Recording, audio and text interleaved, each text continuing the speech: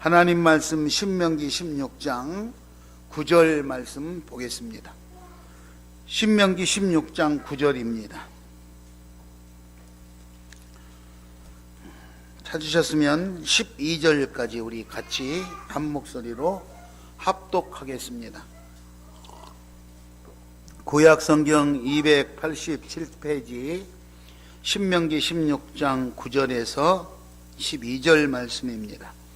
7주를 셀지니 곡식의 낫을 대는 첫날부터 7주를 세어 내 하나님 여호와 앞에 77절을 지키되 내 하나님 여호와께서 내게 복을 주신 대로 내 힘을 헤아려 자원하는 예물을 드리고 너와 내 자녀와 노비와 내 성 중에 있는 내 인과 및 너희 중에 있는 객과 고아와 과부가 함께 내 하나님 여호와께서 자기의 이름을 두시려고 택하신 곳에서 내 하나님 여호와 옆 즐거워할지니라.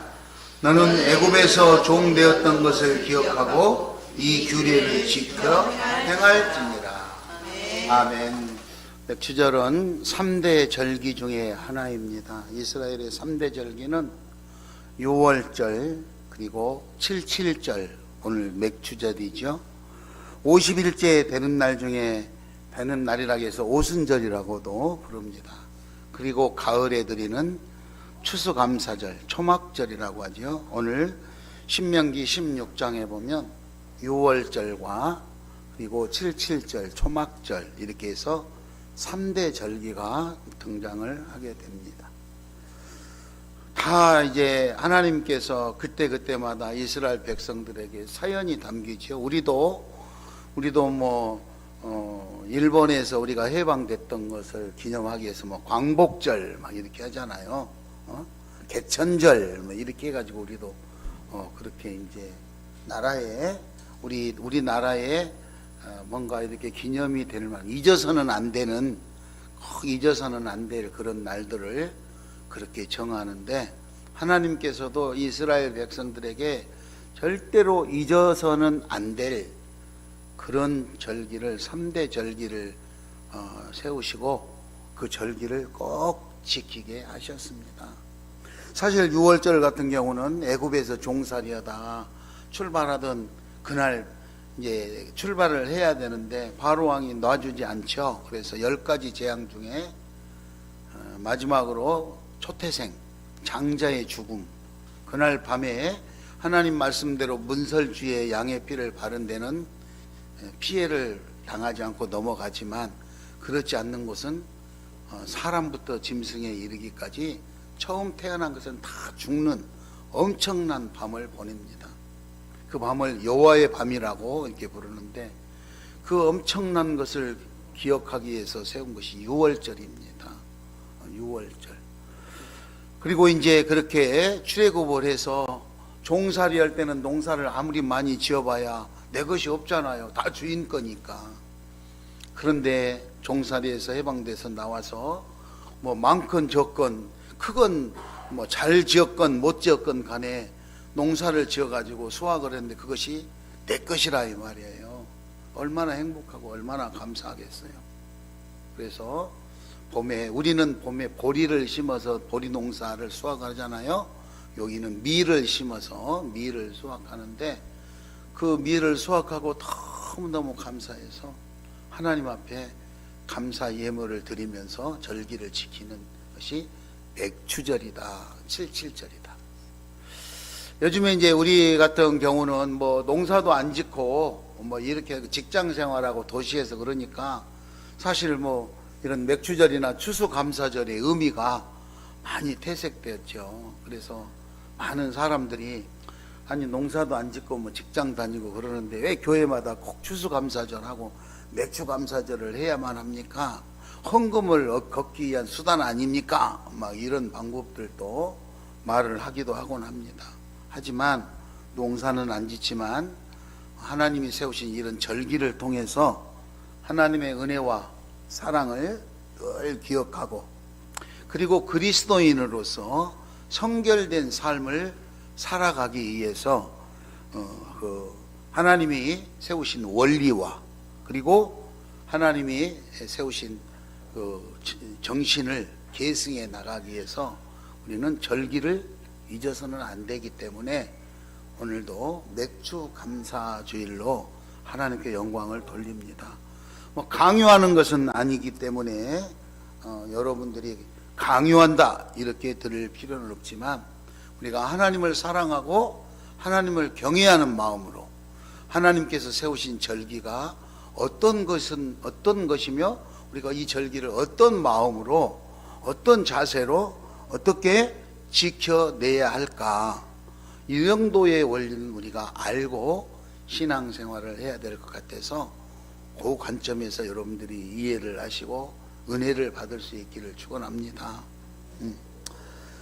두 번째 절기인, 하나님이 제정한 이게 3대 절기 중에 두 번째 절기인 맥추절을 우리는 어떤 마음으로, 어떤 자세, 어떤 태도로 지켜내야 될까, 그 부분에 대해서 한다면, 첫 번째 오늘 본문 말씀 10절에 보면은요, 자원하는 예물을 드리자 그렇게 나옵니다. 자원하는 예물. 10절에 보면은 내 하나님 여호와 앞에 77절을 지키되 내 하나님 여호와께서 내게 복을 주신 대로 내 힘을 헤아려 자원하는 예물을 드리고 그랬습니다.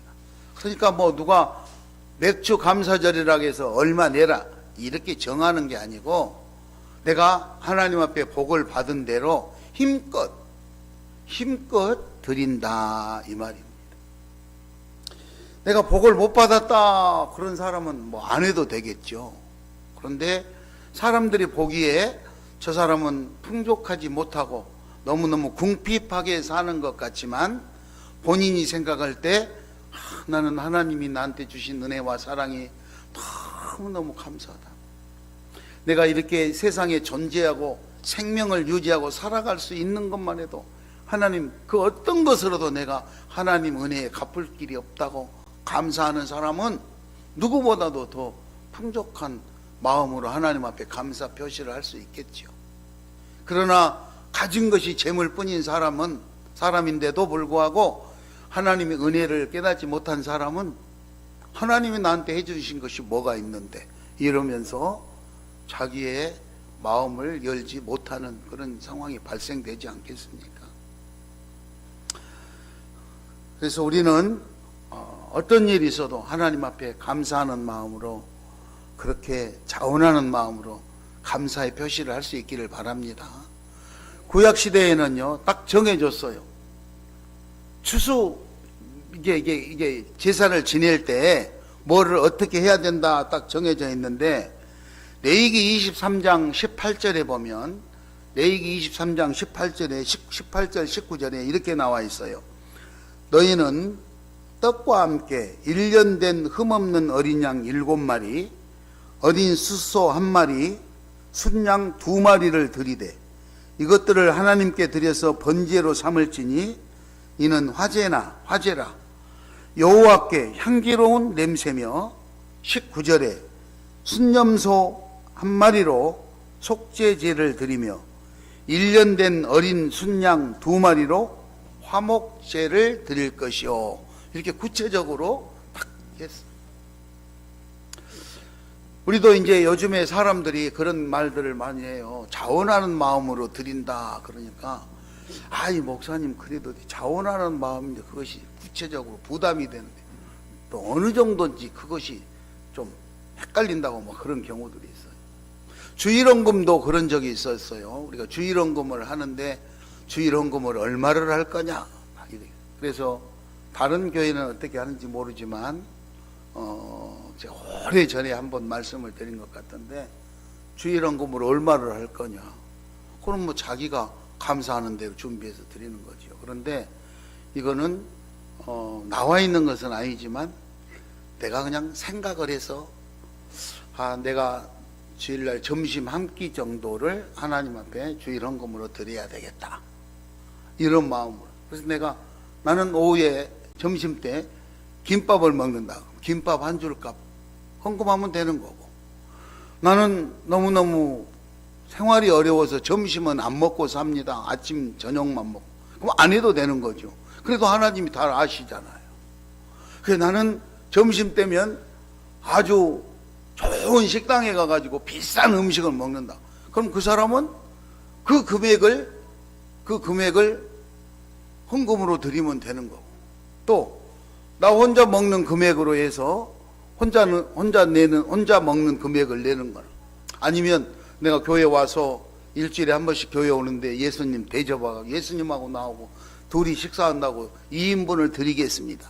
그게 자기가 생각해서 마음이 기쁜 대로 하는 거예요. 그게 자원하는 마음이에요. 왜냐, 그게 정해진 것은 아니지만 우리는 어차피 우리 삶의 현장에서 그런 논리로 우리가 살잖아요. 그래요.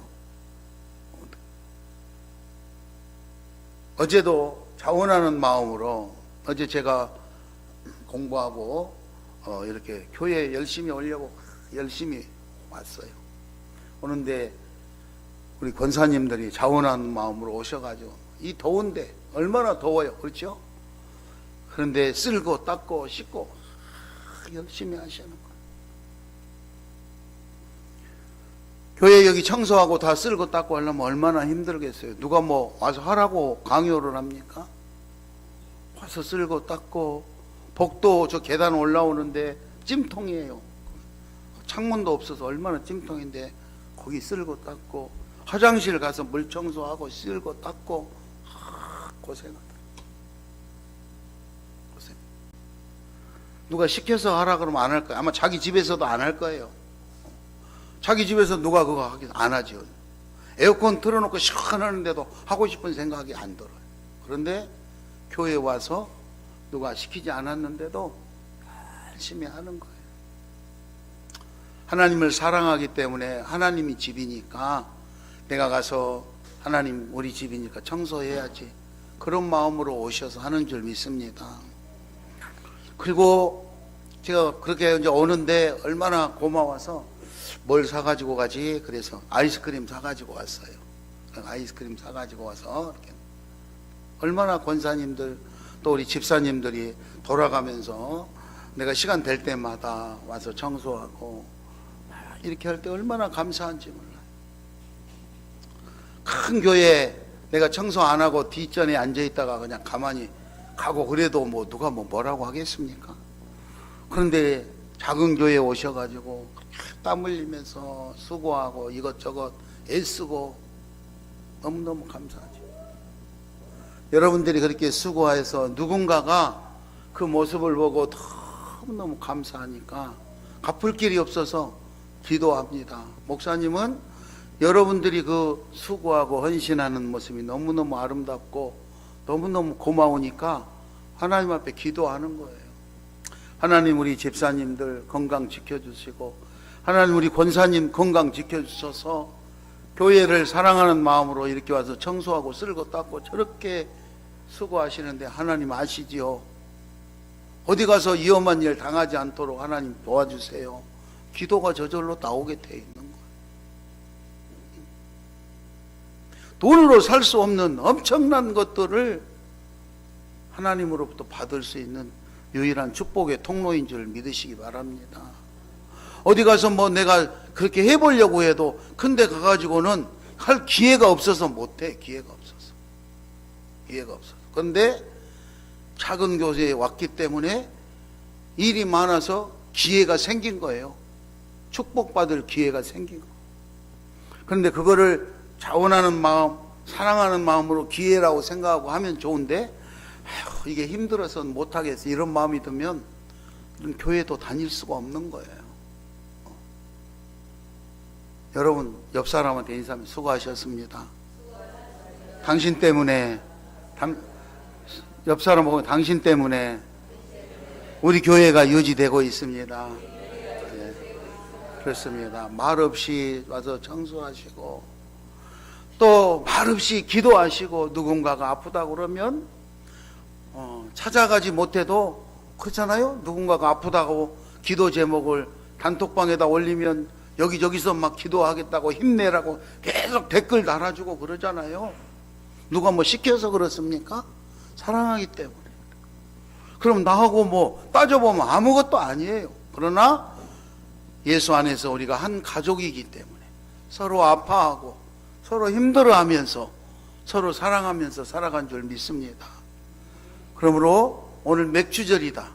그러면은 내가 농사는 안 지었지만 봄부터 지금까지 1년 반을 보냈는데 1년 중에 반을 이제 보냈는데 반 동안 반 6개월을 보내는 동안 내가 이만큼이라도 살 수 있는 건 하나님의 은혜 너무너무 감사합니다. 그 감사하는 마음으로 하나님께 영광을 돌릴 수 있기를 바랍니다. 그래서 자원하는 마음이 들도록 만들어져야 돼요. 출애굽기 35장 5절에 보면 출애굽기 35장 5절에 너희의 소유 중에서 너희는 여호와께 드릴 것을 택하되 마음이 원하는 자는 누구든지 그것을 가져다가 여호와께 드릴지어다. 금이나 은이나 노시나 청색, 홍색, 자색, 실 등 수많은 것들, 자기들이 가지고 있는 많은 것들을 통해서 하나님께 어떤 것을 드려야 하나님이 기뻐하시고 하나님 나라가 잘 흥왕해질까, 이런 걸 생각하면서 자기가 스스로 그렇게 정하는 거예요. 그렇게 드렸어요.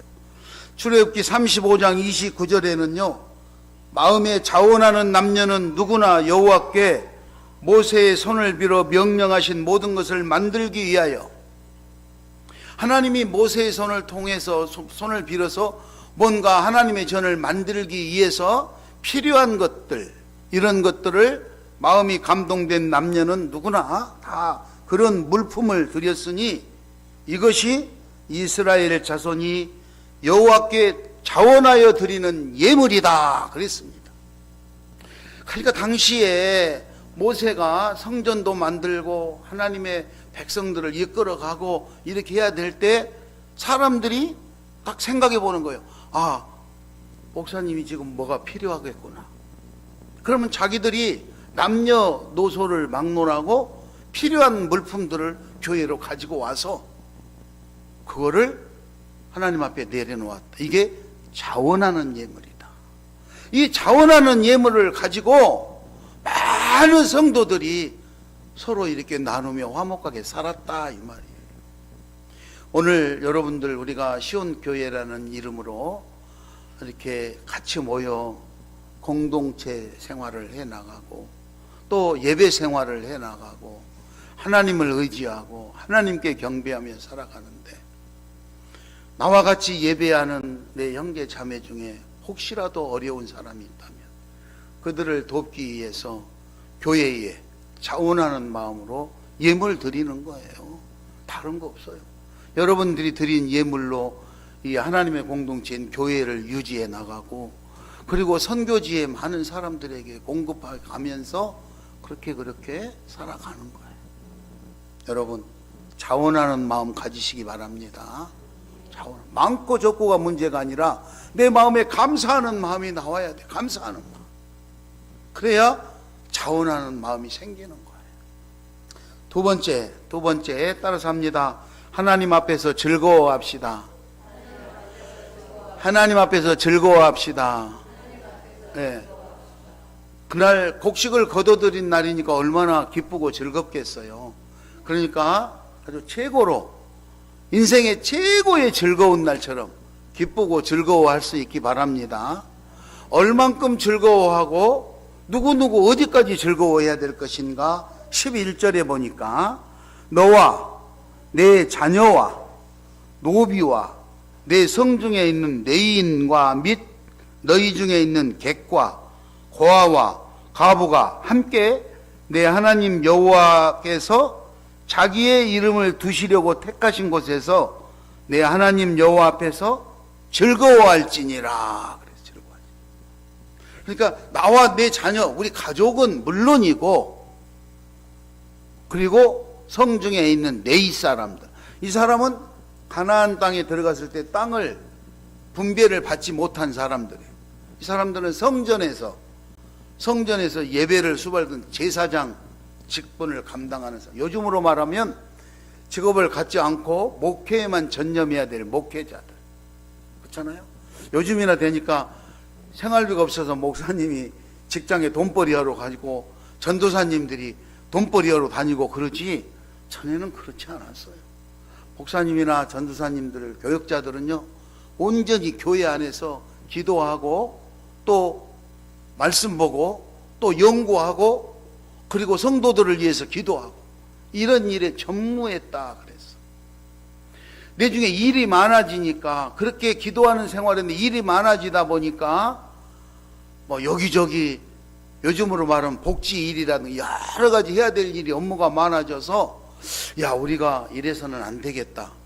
그래서 성도들에게 믿음이 충만한 존경받을 만한 사람 그런 집사님들 7명을 추천하라고 해가지고 7 집사를 뽑아서 그런 일들을 맡기고 교회 일들을 맡기고 우리는 하나님 말씀을 보고 가르치고 예배하는 여기에 전념으로 다 해야 되겠다고 그런 말씀이 성경에 나오잖아요.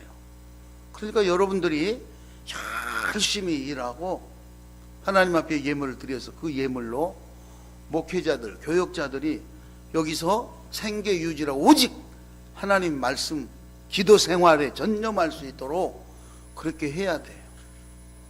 그러니까 그렇게 해서 모두가 즐겁게 해야 되는데 오늘 여기 말씀은 너와 내 자손과 그리고 성중에 있는 레위인, 이 제사장 직분 가진 사람들 그리고 당시에 가장 사회적으로 소외되고 경제적인 기반이 없어서 힘들게 살아갔던 이스라엘의 대표적인 3대 에락간 왕국의 3대 사람들 3가지 약자 3대 약자들 그게 오늘 여기 등장합니다.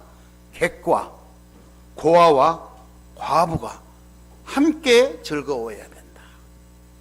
요즘으로 말하면 객 그러면 나그네지요. 나그네 어떻게 보면 노숙자라고도 표현할 수도 있고 그리고 고아는 보호자가 없는 사람 아닙니까? 보호자 살펴줄 수 있는 보호자가 없는 사람 고아 그리고 과부 당시에는 남자들이 경제활동을 다 했기 때문에 여성들은 경제활동을 없어서 수입이 없었어요. 수입이. 우리나라만 해도 옛날에는 여성들이 육아 자녀를 출산해서 키우고 가정일을 하기에 바쁘고 남자들이 외부에서 봉급을 따고 돈을 벌어오는 그런 수익 구조였잖아요. 요즘은 다 맞벌이 하지만 그렇기 때문에 여기 과부다 이 말은 경제적인 수입의 원천이 없는 이런 약자들을 하는 거예요. 객과 고아와 과부 이런 사람들까지 다 총망라해서 하나님 앞에서 즐거워하라 그래요. 즐거워. 그러니까 우리 믿음의 사람들은 나만 잘 살면 되지 남이야 죽든 말든 이게 아니고 나와 그리고 하나님 앞에 헌신하는 목회자들과 그리고 우리 주변에 있는 이웃들 소외되고 경제적인 기반이 없어서 힘들고 어려워하는 많은 이웃들 모두를 다 같이 기쁘고 즐겁게 살아갈 수 있도록 해야 된다. 여러분들 열심히 일하시고 축복받아서 꼭 그렇게 하시기 바랍니다. 우리 집안은 당연하고 교회 당연하고 내 이웃에 있는 사람들 어려운 이웃까지 당연히 나 때문에 하나님 앞에 복받게 만들어야겠다 이런 마음으로 사시라 이거죠. 그렇게 하시기 바랍니다. 오늘날 주일도요 우리 주일날 보면은요 누가 말 안 하는데도 자원하는 마음으로 점심 식사 준비하잖아요. 오늘은 뭐뭐 준비했는지 기대가 돼요. 맥주 감사절인데 뭐뭐 했는지 누가 강제로 교회에서 당신들 뭐 하라 그렇게 안 하잖아요. 근데 다 자기들이 식사 준비를 해요. 이게 메뉴가 딱 정해져 있어. 그죠? 정성과 사랑과 그리고 기쁨을 담아서 준비하는 거예요. 속상하고 힘들면 교회 안 와버리면 되고 준비 안 하면 되지. 준비 안 한다고 해서 무슨 뭐 벌칙이 있습니까? 벌금을 물립니까? 끝나는 거예요. 근데 기쁨으로 준비해가지고 기쁨으로 내놓는 거예요. 그걸 먹는 사람이 너무너무 맛있게 기쁘게 먹는 거예요. 그렇죠? 뭐 작게 주고 간단하게 줘도 감사하게 먹고 아주 화려하게 맛있게 또 차려줘도 더 감사하게 먹는 거예요. 준비할 때마다 어떻게 하면 더 좋은 것, 더 맛있는 것을 준비해서 우리 성도님들이 이걸 먹으면서 행복해 할까? 그걸 생각하면 마음이 기쁘니까 돈이 들어가도 막 기쁜 마음으로 준비하는 거예요. 이런 즐거움이 일상생활이 될 수 있기를 축원합니다. 마지막으로 세 번째, 규례와 법도를 지켜 행하라 그랬어요. 우리 12절을 다 같이 한번 읽겠습니다. 12절, 너는 애굽에서 종되었던 것을 기억하고 이 규례를 지켜 행할지니라.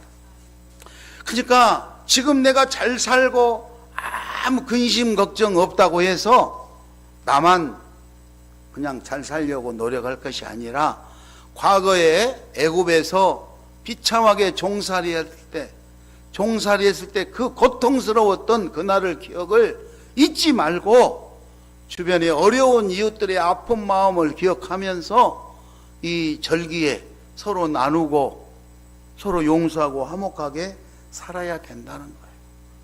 시간이 많이 가서 구체적으로 할 수는 없지만 당시 이스라엘에는 3대 법이 있었어요. 과거에 구약시대 3대 법인데 첫 번째 법이 도덕법이에요. 도덕법. 이거는 변치 않는 거예요. 변치 않는 거.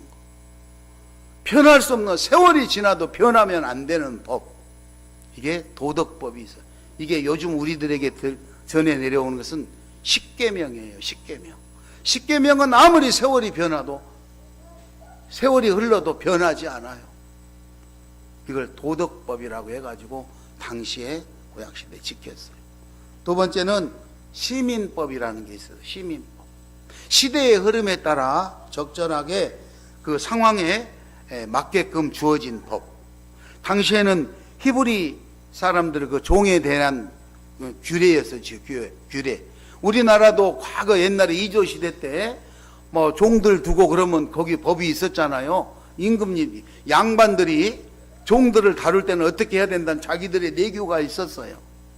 당시에 히브리 사람들을 다루는 히브리 사람을 종으로 부릴 때 이럴 때 쓰는 그 규례가 시민법이라고 있었어요.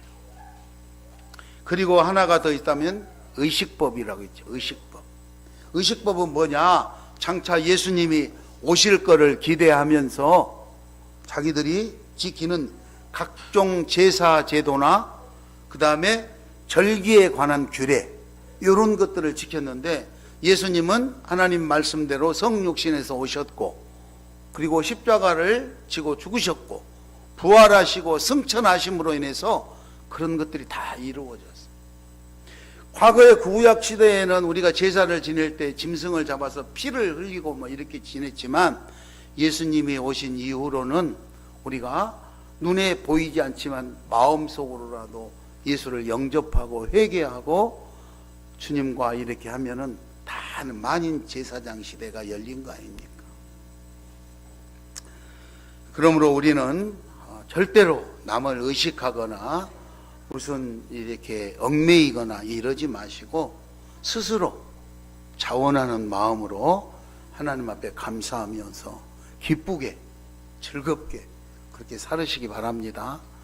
그런다고 해서 자유로우니까 내 맘대로 하는 것이 아니고 하나님이 정해주신 질서와 규례를 잘 지키면서 그렇게 기쁘게 즐겁게 살아야 돼요.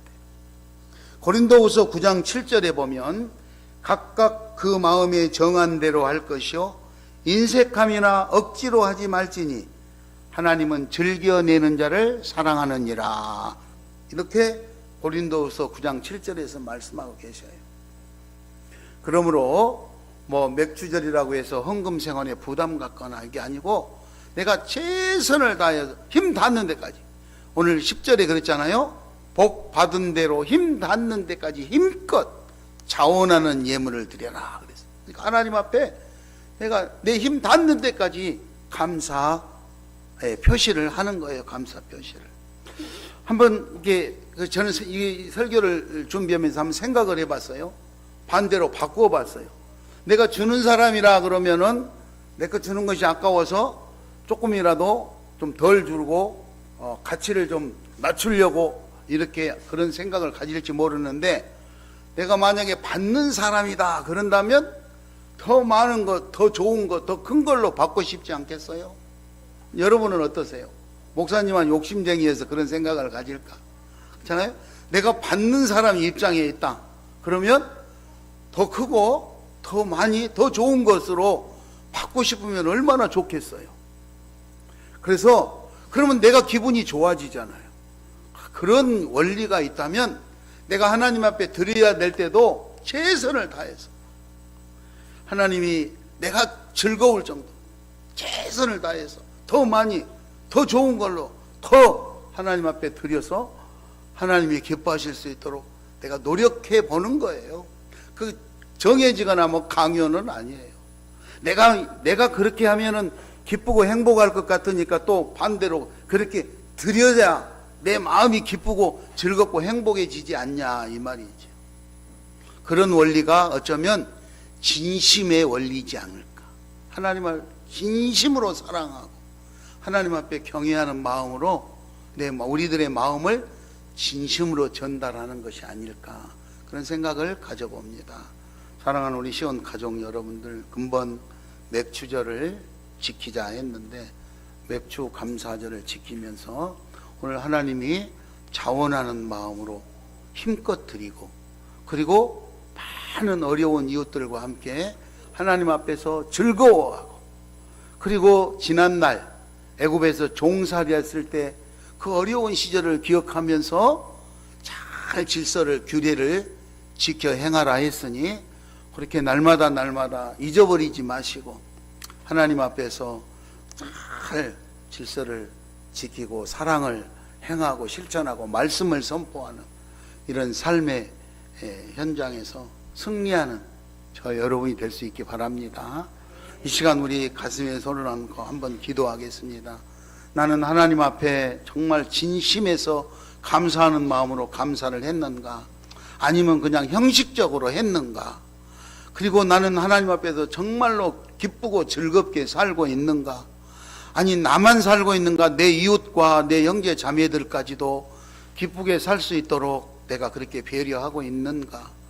아니 나는 지난날 내가 애굽에서 종살이 할 때처럼 정말로 비참하고 고통스럽고 힘들었을 때를 기억하면서 하나님 감사합니다 하고 하나님 앞에 신앙생활하고 있는가?